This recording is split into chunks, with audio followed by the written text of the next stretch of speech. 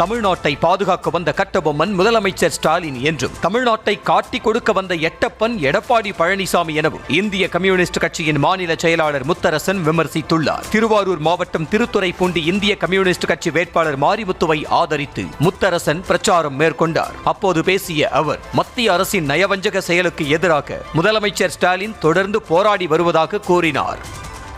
வீரபாண்டிய கட்டபொம்மனை காட்டி கொடுத்தது ஞாபகம் இருக்கா? எட்டயப்பன் காட்டி கொடுத்தான். வீரபாண்டிய கட்டபொம்மன் யாரு தமிழ்நாட்டில்? முத்துவேல் கருணாநிதி ஸ்டாலின் தான் வீரபாண்டிய கட்டபொம்மன். ஏற்க முடியாது, என்ன சொன்னாலும் ஏற்க முடியாது. காட்டி கொடுக்கிறது யாரு? எடப்பாடி பழனிசாமி. எட்டயப்பன் தமிழ்நாட்டிற்கு எதிராக எட்டயப்பன் வேலை பார்த்துக் கொண்டிருக்கிறார் எடப்பாடி பழனிசாமி. வீரபாண்டிய கட்டபொம்மனாக போராடி கொண்டிருக்கிறார் மு க ஸ்டாலின். அதுக்காக தான் ஆதரிக்கிறோம், அதுக்காக தான் கூட்டணி.